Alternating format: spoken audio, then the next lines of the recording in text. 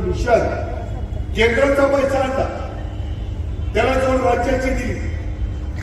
केंद्रात पवार साहेब होते, राज्यात मी होतो, आणि काही आपल्या महानगरपालिकेचा पैसा ह्याच्यातून या शहराचा चेहरा मोहरा बदलण्याचा प्रयत्न केला. आम्ही कर्ज काढलं नाही. आज तुमच्या माझ्या महानगरपालिकेचं कर्ज नाही. हे पाप कुणाचं आहे? कुणी केलं? कुणाला अधिकार दिलेला होता? अरे कुठं फेडा ही पाप, याचा विचार शुद्ध मतदार करणारे का नाही?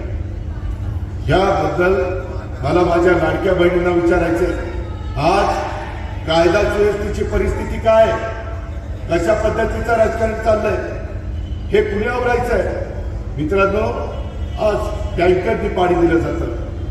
टँकर माफिया, जसं वाळू माफिया, लेट माफिया, ते स्क्रॅप माफिया, तशा पद्धतीनं टँकर माफिया मुठभर लोकांच्या दुकानदारी चालण्याच्या करता सोसायटीमध्ये तुम्ही पाणी देत नाही.